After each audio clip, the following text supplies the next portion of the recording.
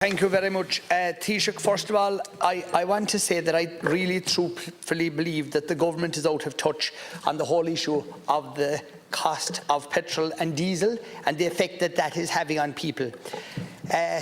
Minister Eamon Ryan came out yesterday and said there would be no assistance available before October.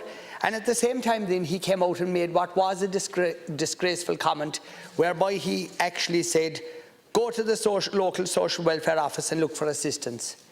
Now that statement in itself, you could say to me you're not responsible for it coming out of his mouth, but you gave him the voice, you pulled him into government, so you are ultimately responsible for the irresponsible statement that he made, and I would call it very ill-judged. Because today there are people up and down the country that might believe what a government minister says. And they might think, well, maybe we are struggling with the cost of fuel, with the cost of motoring. Maybe we should go to the local social welfare office because a government minister told us to do so. Now, that is a highly irresponsible act. There are vulnerable people, people under duress, financial distress, and they could take on board that and go to a social welfare office. That is a disgraceful thing. I would ask you today to tell people that's a misleading comment because it's not factual. And if you speak to any social welfare inspector, they will tell you that they have not been directed by this government to deal with in any shape or fashion. You know as much about social welfare as I do. There is a thing called an SWA, a supplementary welfare allowance. It's allowed for in certain circumstances. But I can assure you that any person, a genuine man, woman or younger person that will go before a social welfare officer today and say, I was sent here by the minister, can you help me? No fault of the social welfare officer, he will say, I cannot. I have no money to do so. That is not at my discretion. So please clarify that here before the Dáil today. I want to highlight the fact that a gallon of diesel, and for anybody that doesn't know exactly what a gallon is, it's 4.56 litres. It's costing €9.53. The tax take of this government on that is €4.20. A gallon of petrol is €9.72. The tax take is €4.77. I mean, this is totally ridiculous. It is shameful. And our group, the Rural Independent Group, last April, we asked you to stop and to tackle that massive amount of tax that you're taking and to do something about it. And you voted against us. You did nothing. And your answer to the people now is it's a case of suck it up and blow it out in bubbles because you're going to do nothing for them. And I think that's totally ridiculous and unfair. The soaring petrol prices mean that massive revenues are windfalling for the government. We hear every day from ministers who suggest there is nothing more the government can do. However, this is the same government that took in more than €300 million in taxes on petrol and diesel alone in the month of April. €300 million. You're the people who are benefiting the most from the hardship and the harrowing conditions that people who have to go through when all they're trying to do is survive and keep motoring and keep on the road. Taoiseach. First of all, I thank the Deputy for raising the issue in terms of fundamentally the cost of living. And there's no doubt that Putin's war on Ukraine has pushed inflation worldwide to its highest level ever. And that is the reality, affecting prices for imports into this country of energy, food and other commodities. And the government is acutely aware of the enormous pressures on people arising out of the inflation, this round of inflation which is being imported as a result of Putin's war. There's no getting away from that. That is the hard reality.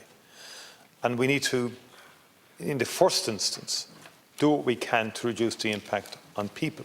Now, the government has introduced €2.4 billion in terms of cost of living decisions since last October, right across the board in terms of, for example, hiking up the weekly fuel allowance by about 55%, or €404 from the previous year. So saying we did nothing makes no sense when you've increased a very basic allowance by over €404. And also then we've reduced the excise duty on petrol, diesel and green diesel, saving motorists between €9 and €12 each time they fill their tank. Public transport fares are now down 20%. We changed the costs in health costs for people in terms of the drug threshold the DPS, and also in terms of education, we took measures around examination fees. We reduced VAT from 13.5% to 9% on gas and electricity bills, and we also gave a €200 energy credit to every household across the country. We cut the annual PSO levy to €58 to zero by October 2022. We've launched a national retrofitting scheme and new grant rates that will cover 80% of the typical cost of attic and wall installations.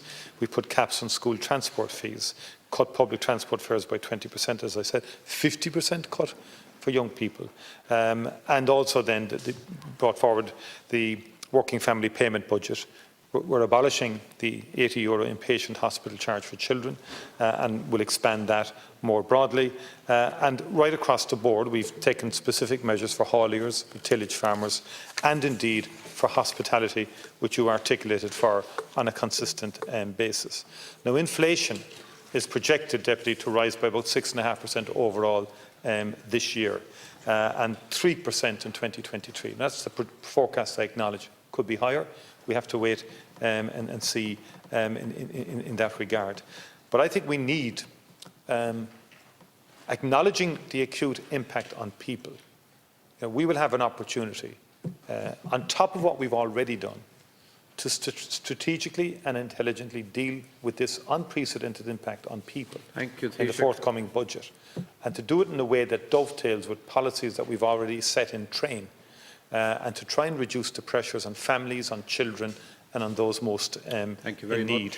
And we want to work with the social partners and others to identify those. Just finally, if I could say that the latest CSO data on wages is showing that the average weekly earnings in Q1 of 2022 was up 10% from the same period 2 years ago in Q1 2020. So thank you, Taoiseach. Right across a whole range of areas, we will move to help people. Thank you very much, Taoiseach. I'd just like to remind the farmers and the fishermen, the agri-contractors, the silage contractors who are working very hard at present. I'd remind all of them what this government thought of them was the sum total of 2 cents of a reduction last March, in case you'd forgot it. I'll remind them of it again here today. I'll also remind you that on the Monday and the Tuesday night, before your government gave the reduction, the cost of the diesel and the petrol actually went up more on the Monday and the Tuesday night than you reduced it on the Wednesday night. I'll also remind you that the reduction was more than evaporated in the last couple of days, the last 4 trading days.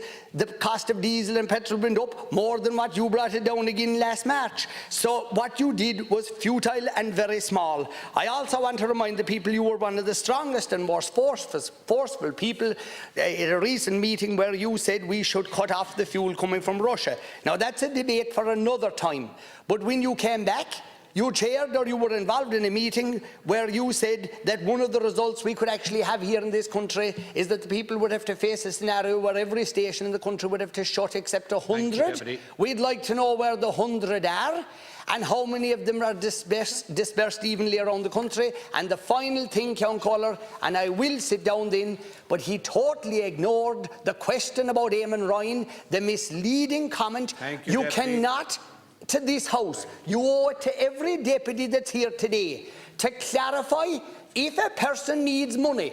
Can they go to a social welfare office today and say, I can't afford the fuel for my car, for my bus, for my van, for my tractor, for my lorry? I was told by a minister in this government that I could come to you for help.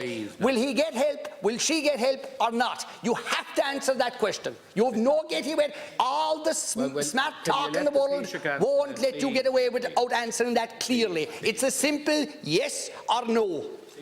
Well, I just want to remind the Deputy that you're criticising me for facilitating the Green Party to come into government in Eamon Ryan. If I recall, at the time there was no one more relieved than you that we formed a government, and your only exhortation to me was that it would go the full 5 years, not 4 years. But that said, good answer for a Taoiseach to give to this House. In all what fairness, Minister Ryan is saying, as you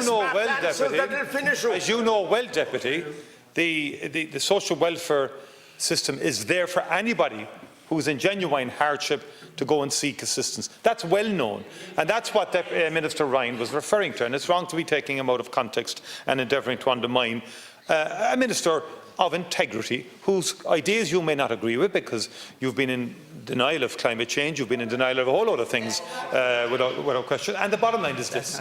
People are under pressure, no doubt about that. And it's caused by Putin's war. No doubt about it. And there's no point. And what happened at the European Council was a European-wide decision, Deputy. Because we're not dependent on Russian oil and gas imports. Other countries are, and they took much more difficult decisions than we did. But the war and its consequences, because we cannot condone the war. And I hope you're not saying we should take no action against Russia. I hope you're not saying that. We must keep pressure on Putin's regime to stop this war. And it can't be just look after ourselves all the time, which seems to be your attitude, as you've articulated today. May Féin first. And to hell with the people of Ukraine. That's not good enough. The European Union have decided to put sanctions on the importation of Russian gas. Correctly so, in my view. Our task is, how do we alleviate pressure on people in this country? And the forthcoming budget will give us an opportunity to do that in a strategic way that does not lead to runaway inflation again. We cannot go back to the 1970s and cause second round and third round inflationary impacts, which if we were to follow your advice every month, we would do exactly that. Thank you very much. That concludes.